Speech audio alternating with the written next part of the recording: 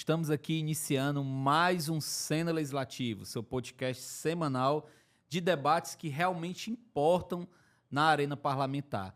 E hoje nós vamos discutir e falar um pouco sobre a comunicação parlamentar. Ou seja, não existe parlamento, não existe instituição do Legislativo sem a comunicação parlamentar, que, a meu ver, é vital para a democracia. E o nosso convidado é um jornalista, assessor de comunicação já há muito tempo, né, Demetrio? Você já tem aí uma temporada mais de 30 anos. No parlamento, na Assembleia. Você já foi assessor em Câmara Municipal, então conhece os meandros do Legislativo e do Executivo também. Demetrio está ali e é professor, né? Assim, estava conversando aqui antes do programa iniciar, tem essa pegada também de aprender e repassar e compartilhar aquilo que ele vai discutindo no dia a dia dele, no ofício dele. Primeiro, obrigado, Demetrio. Eu que agradeço, Cleiton. É uma honra estar aqui. A gente já trabalhou junto também. Sim, sim. E é uma oportunidade muito interessante estar aqui com você. Muito grato pelo convite. Dar os parabéns por essa iniciativa. Um programa como esse é muito interessante porque o pessoal chega no Legislativo, muitas vezes, sem qualquer experiência, né? Sim. É interessante. Já fica uma referência para as pessoas que quiserem algum tipo de informação e formação também, né? Perfeito. Dá uma olhadinha no seu programa. Acho Perfeito. que é uma bola muito dentro. Eu que agradeço, Demetrio. E eu vou começar, Demetrio, aqui te provocando do ponto de vista histórico. Tá. Você começou, como você bem disse, já tem 3 décadas, né, desse trabalho de assessoria. O que você acha, Demetrio, que mudou? E aí eu não estou falando só do ponto de vista de ferramentas tecnológicas, estou falando do dia a dia mesmo, do profissional que atua na assessoria. O que é que você viu assim, de mais impactante nesse período, que se você olha, quando você olha para trás, quando você começou e hoje, na Assembleia Legislativa, você acredita que essa tenha sido uma grande transformação? Como é que você vê o seu próprio ofício ao longo do tempo? Cara, essa pergunta é muito boa porque mudou quase tudo. Mudou quase tudo, sabe, Cleiton? Eu mesmo tive que passar por uma reformulação dos meus conceitos e um reaprendizado das técnicas que eu utilizava, entendeu? Foi uma coisa, uma experiência um tanto, como é que eu diria? Eu fui atrás de reaprender meu ofício lá na Assembleia. Eu estou na Assembleia já há algum tempo, porque a demanda por comunicação mudou da água para o vinho. Essa nova geração que está saindo agora é uma geração já fortemente, não vou dizer nem impactada, não, já é formada dentro dessa nova lógica das mídias sociais. E eu sou um cara do século passado, então eu tive que modificar totalmente o tipo de atuação que eu tinha, né? Essa transição, vamos dizer assim, começou quando eu assessorava o Acrisio, né? Uhum. Nós assessoramos o Acrisio como deputado estadual, Acrisio do Sena, grande parlamentar. E agora se consolidou, eu estou assessorando o Diacir Diniz, que é o chefe vamos dizer assim, o líder do bloco parlamentar governista, né? Isso. São 15 parlamentares de 5 partidos diferentes. E antes, quando eu assessorava o Arthur Bruno, que você já entrevistou, né? Uhum. O tipo de assessoria era muito diferente, né? Os jornalistas que estão nos assistindo agora, antes você descia ao plenário, você fazia a cobertura do que estava acontecendo, você fazia um release e você subia no gabinete, escrevia o release no seu computador, enviava por e-mail, né? Eu ainda peguei fax, né? Quer dizer, os jornalistas estavam ali no plenário e tal, você se relacionava com eles. Eu não só mandava por e-mail, mas imprimia, voltava e entregava impresso para o pessoal, né? Só para você ter uma ideia de como uma coisa era diferente. Sim. Hoje, quando o parlamentar fala, você tem que filmar. Você tem que fazer um vídeo. Seja qual for, não necessariamente um pronunciamento. Pronunciamento você pode fazer ao vivo. Se você quiser, você pode fazer a transmissão ao vivo. Ou você pode fazer, se for uma intervenção, uma parte, né, como se diz no jargão parlamentar, você filma aquilo, você faz um texto na hora e você já manda para alguém, ou você mesmo publica nas redes sociais, ou você manda para alguém fazer uma edição preliminar do vídeo, né? E já manda o texto também para ser publicado junto. Então, é uma coisa imediata. Aquele tempo do release já foi. Demetrio, não tem mais release? Tem. Quando é uma coisa mais importante, além dessa cobertura ao vivo, vamos dizer assim, você também faz um texto melhor, mais apurado, com mais informações e envia para a imprensa. Agora, o envio também é diferente. Eu ainda uso o e-mail, né? Mas ninguém entrega mais release na mão de ninguém, né? Você usa o WhatsApp, você tem lista de transmissão, você já não faz só o texto, você já manda o texto, às vezes você manda o vídeo também, você obrigatoriamente tem que mandar o áudio, porque você tem que pensar que a comunicação hoje não é mais segmentada como era. Você tinha antes o jornal impresso, você tinha antes a TV, você tinha antes a rádio. Hoje, a galera que vai cobrir, os jornalistas que vão cobrir o legislativo, eles mesmos, a maioria deles, eles fazem o texto escrito, eles fazem a cobertura para a rádio, eles têm a preocupação de pegar o áudio e também fazem um vídeo. Se for para a rede social, faz o vídeo na vertical, se for para a TV, faz um vídeo na horizontal. Então, assim, mudou radicalmente, certo? Só uma coisa não mudou, viu, Cleiton? O salário continua o mesmo, tá certo? O nível de exigência profissional, certo? O nível de assimilação de técnicas novas, de novos instrumentos de trabalho. Quando eu digo instrumentos de trabalho, estou falando de novos apps, né? Assimilação de novas técnicas das mídias sociais. Não basta você ter um Instagram, não basta você ter um Twitter, né? Que é agora o X. Você tem que dominar aquilo, você tem que saber que hora você vai postar, qual a melhor hora de postar, se é imediatamente, se é daqui a uma hora. Depois de postar, hoje tem um outro profissional que surgiu com as mídias sociais, que é o cara do tráfego. Isso. O cara do tráfego ele vai saber se é interessante impulsionar aquele vídeo, ou seja, fazer um investimento financeiro naquele vídeo, naquele carrossel de fotos, né? Que horas vai ser esse, para quem impulsionar. Então, mudou muito. É uma coisa totalmente diferente do que eu fazia há 20 anos. Eu tive que me reciclar obrigatoriamente. Não existe mais aquele profissional que vai lá, só olha, fica olhando, volta, faz um release. Não. São coisas que acontecem em tempo real. Certo? Isso. A mídia social acontece em tempo real. Então, você tem que agir também, você tem que produzir conteúdo em tempo real. E aí, Demetrio, pegando essa questão das mídias sociais, a gente sabe que tem deputado de todo perfil, né? Os mais diferentes. Aquele mais contido, aquele que fala mais, aquele que não fala nada, coisa alguma, aquele que não fala coisa com coisa, né? Mas a gente vê que tem muitos parlamentares, e aí Assembleia, câmaras, que voltam seu pronunciamento para o que a gente chama hoje, o mundo digital chama de lacrar, né? Vai lá para a tribuna, ou fora da tribuna, nos espaços da Assembleia, ou do Legislativo de uma forma geral. Ele não está interessado no debate de fundo, digamos assim, né? Ele não está interessado na discussão em si, se faz sentido, se tem alguma racionalidade no que ele está falando.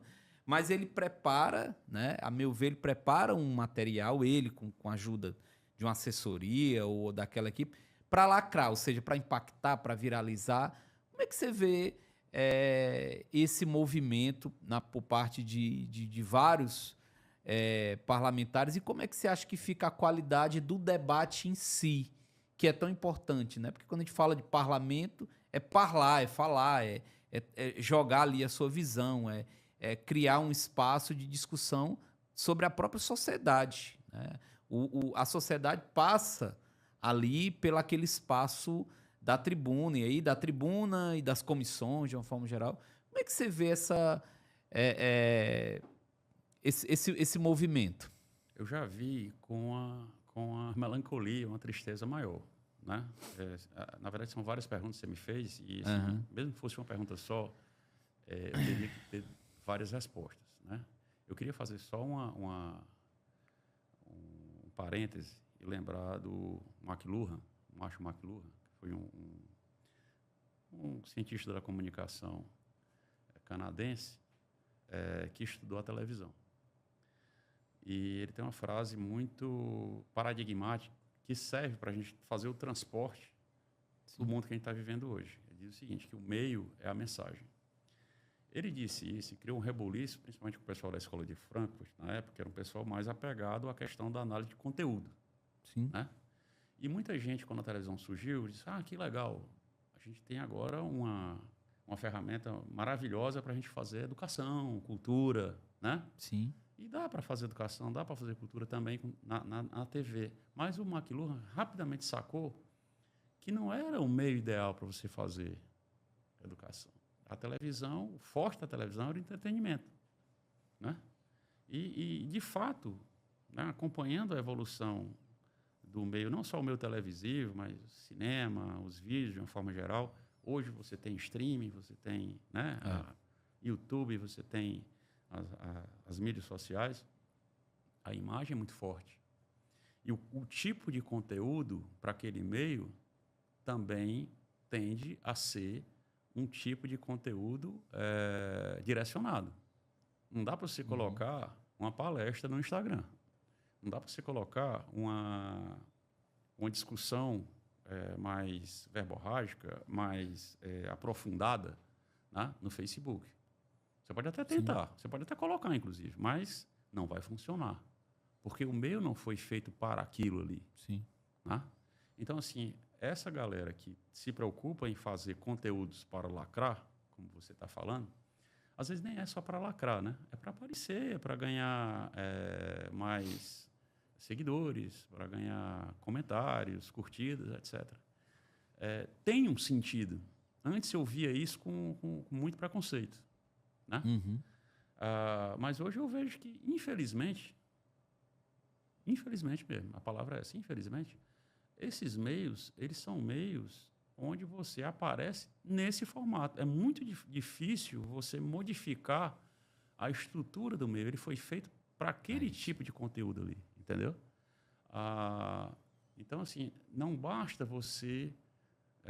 eu sou um bom parlamentar, eu tenho bons pronunciamentos, tenho grandes projetos de lei, boas ideias, vou para a tribuna, discuto com todo mundo, tenho uma grande formação, tenho história, tenho o que mostrar.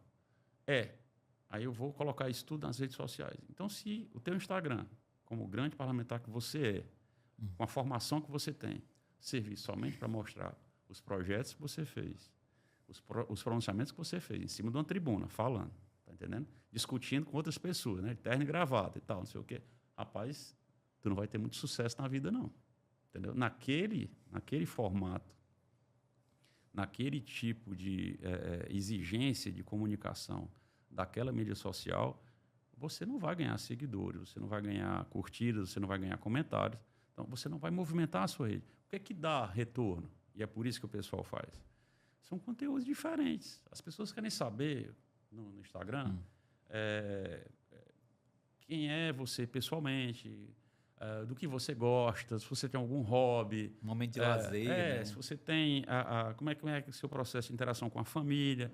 A pessoa que está olhando os amigos no Instagram, assistindo um jogo de futebol. Exatamente. Né? Você vai para o estádio, você está com a camisa do seu time, olha aí, estou torcendo aqui pelo Fortaleza, pelo Ceará, Parará. Se você fizer isso, tá certo? E, claro, também colocar os seus projetos, também colocar os seus pronunciamentos, aí a tendência é que as pessoas lhe acompanhem, porque uma coisa vai levar a outra. Mas se você ficar somente naquilo dali, é muito difícil, só no conteúdo político, vamos dizer assim, é muito difícil você ganhar seguidores, você ganhar curtidas e tal, porque é um assunto, a rigor, aqui no Brasil, infelizmente, que não desperta tanto interesse. Quando é que a política desperta interesse? Quando cria polêmica, Então, se você tem agora uma sociedade polarizada, né? Bolsonarismo, petismo, né? Se digladiando quase que cotidianamente. Aí, o cidadão, principalmente o pessoal da direita, é muito difícil também, Cleiton, antes que você me pergunte, o pessoal da esquerda chegar no nível da direita. Porque o conteúdo da direita é um conteúdo irresponsável. Estou falando dessa direita bolsonarista, né? Os caras criam fake news quase todo dia. É uma indústria de fake news. Dia desse eu recebi uma pesquisa com o André Fernandes na frente, tá certo? Pelo WhatsApp. É uma pesquisa falsa, fake. Eu até fiquei assim... Eu até acredito, inclusive, que o André Fernandes será bem votado, né? Mas colocando o André na frente e tal. E bem feito. Você, pô, que pesquisa é essa? Não sei o quê, mas a gente vai olhar, não tem registro. Mas quem é que vai ter o cuidado? Eu não tive, inclusive. Eu passei para algumas pessoas, Demetrio, isso aí não tem fundamento, não. Né? E eu sou um cara já cansado de analisar coisas. Eu fui completamente enganado. Então, assim, essa galera que produz esse tipo de conteúdo sem qualquer tipo de responsabilidade social, política, tem uma vantagem muito grande em relação ao pessoal da esquerda. Ah, mas você está dizendo que o pessoal da direita é responsável, o pessoal da esquerda não é? Eu vou reformular, então. Eu estou dizendo que o pessoal da esquerda tem uma responsabilidade maior com o que está publicando do que o pessoal da direita. Tá? Eles fazem... muitas vezes, eles não têm qualquer tipo de projeção em plenário. Eles nem se pronunciam, ou quando se pronunciam muito mal, tá certo? Mas tem algumas frases, alguns trechos, certo? Que são filmados pela assessoria deles, já pensando em como aquele conteúdo será colocado nas mídias sociais. Então, eles têm uma vantagem muito grande. Você tem parlamentares hoje que foram eleitos por conta das mídias sociais. O próprio André Fernandes, que eu acabei de citar, que era um youtuber que tinha mais de 1 milhão de seguidores. E teve uma votação superior a 100 mil votos, logo na primeira legislatura. Isso. É um negócio impressionante, né? Aí também vou fazer uma outra comparação. Você tinha antigamente, no auge da TV aberta e no auge do rádio, né, você tinha aqueles parlamentares que vinham da TV e que vinham do rádio. Com o passar dos anos, alguns anos, né, isso foi arrefecendo. Hoje, a moda é o YouTube, o Instagram, né? O X, né? Mas eu espero, sinceramente, né, como amante da política, como amante da comunicação, como jornalista, como amante da informação, da boa informação, que isso também seja uma moda, isso tenda a arrefecer. Que as pessoas não sejam mais eleitas somente porque têm conteúdos lacradores, para repetir a sua expressão, nas mídias sociais. Demetrio, a gente está falando muito de redes sociais, mas eu vou pegar aqui a questão dos rádios, por exemplo. A gente tem são linguagens diferentes. O formato da rádio, ela se reformulou, né? Hoje você tem muito emissoras de rádio que são rádios online, né? Tem um formato virtual. E a comunicação parlamentar também fala com esse formato, né? Sim. Como é que você vê isso? Né? E qual a diferença que você vê desse formato se a gente pega a metrópole e as pequenas cidades, por exemplo? Como é que você vê a diferença? Porque você trabalhou diretamente com parlamentares que não estão voltados somente para a grande cidade. Também quem tem que estar falando com pequenos municípios. Como é que você vê, como é que você faz essa modulação ao preparar um material, um texto, um vídeo, alguma coisa mais voltada para a rádio, daquele pequeno município, por exemplo? Como é que você vê E de uma forma geral, claro, que a minha pergunta, no fundo, eu estou querendo te dizer assim, como é que tu está vendo a rádio hoje, né, no formato da comunicação parlamentar? O rádio aqui no estado do Ceará, principalmente o rádio AM, sempre teve um nível percentual de audiência muito mais significativo do que outros estados no Brasil. Na última pesquisa que eu vi, mas já faz alguns anos, o rádio AM chegava a 14%. É um percentual muito alto. Né? O rádio AM que acabou-se, né? Agora, isso no Ceará de uma forma geral, né? O principal comunicador do estado do Ceará era o Paulo Oliveira. Verdade. Assim, pelo menos 2 vezes o pessoal da Presidência da República me ligou e disse: rapaz, o Lula vai dar entrevista. Rapaz, Dilma vai dar entrevista. Qual programa você indica? Paulo Oliveira. Isso. Assim, um grande abraço para o Paulo Oliveira. Porque o programa dele tinha audiência e tinha penetração, né? As pessoas gostavam de ouvir o Paulo. Então, o rádio aqui continua sendo muito importante. Eu não sei, nos dias de hoje, não tive acesso a alguma pesquisa para mensurar como é que está isso, tá? Mas o rádio vai cair no mesmo problema que a TV está enfrentando hoje. Você tinha a TV aberta, que era uma referência. Durante pelo menos 30 anos, a Globo mandou e desmandou. Quando eu digo mandar e desmandar, eu não gosto daquela tipo de visão. Saiu na Globo, as pessoas estão sendo manipuladas. Eu não gosto disso. Mas a Globo tinha um nível de audiência muito superior a qualquer outra emissora, né? Mas a Globo hoje sofre com a intervenção, com as demais opções que foram oferecidas à população em termos de fruição do que é mostrado na comunicação, porque é muito melhor, em vez de você esperar o Tela Quente, que vai passar 9h30 da noite, né? Aquele filme maravilhoso, você entrar no Netflix da vida, ou em qualquer outro serviço de streaming, aí começar a assistir o filme, deu sono, pausa ali, assiste depois. Então, o nível de comodidade é muito grande. Então, o rádio também está sofrendo com isso. Quando eu digo sofrer, não é só em relação à audiência, mas do ponto de vista do investimento.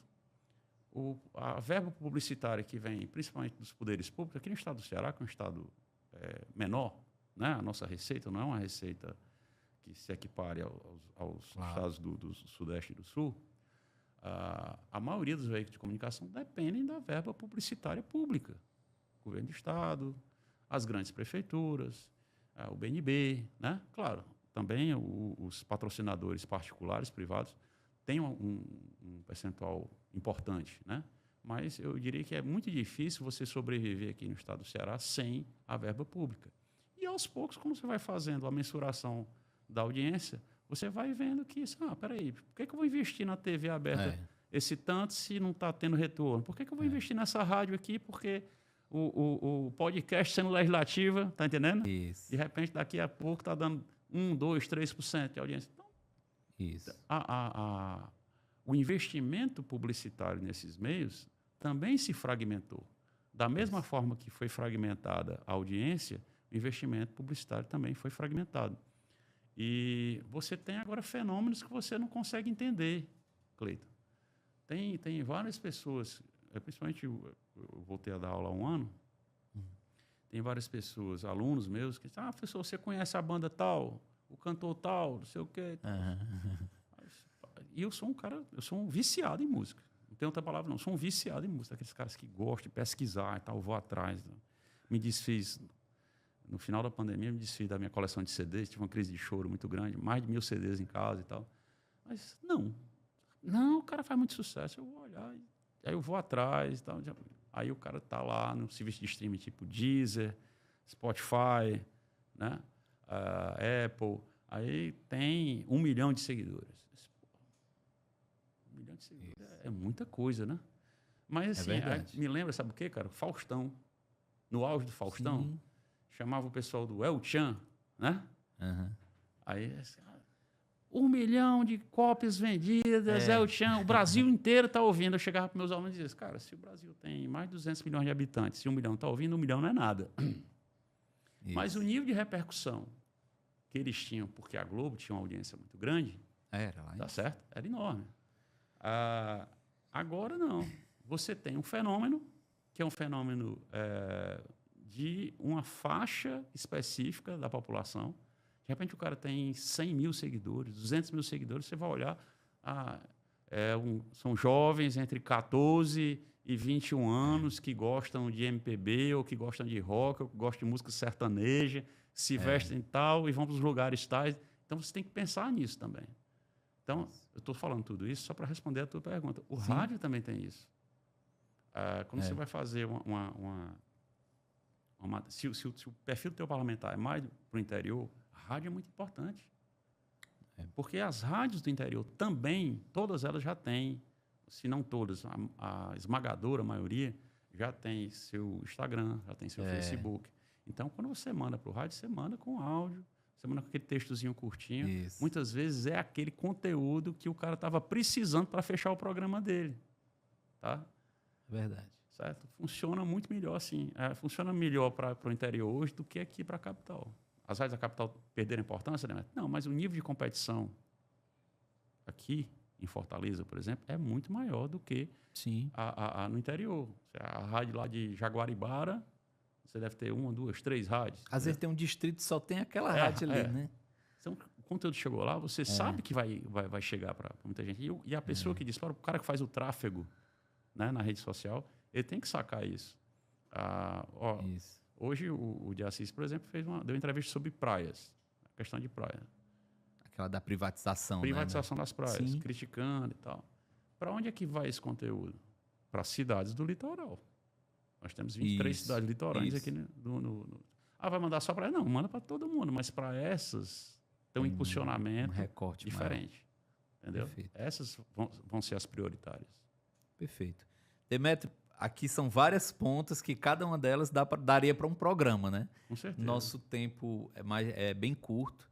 Quero te agradecer pela discussão, pelo nível, né, pela qualidade aqui. Eu acho que quem está nos assistindo, seja jornalista, profissional da comunicação de uma forma geral, quem gosta da arena parlamentar, quem não é profissional da área, mas tem interesse por essa discussão, eu acho que aqui a gente conseguiu uma série de insights aqui para uma reflexão muito importante. E a gente está falando aqui, na verdade, sobre o tipo de democracia que a gente tem, para onde vai, o que é que a gente conseguiu construir ao longo do tempo. Obrigado, Demetrio. Eu que agradeço. Quando você fala a gente, não é só a gente aqui do estado do Ceará, não. Isso é um fenômeno mundial. Sim.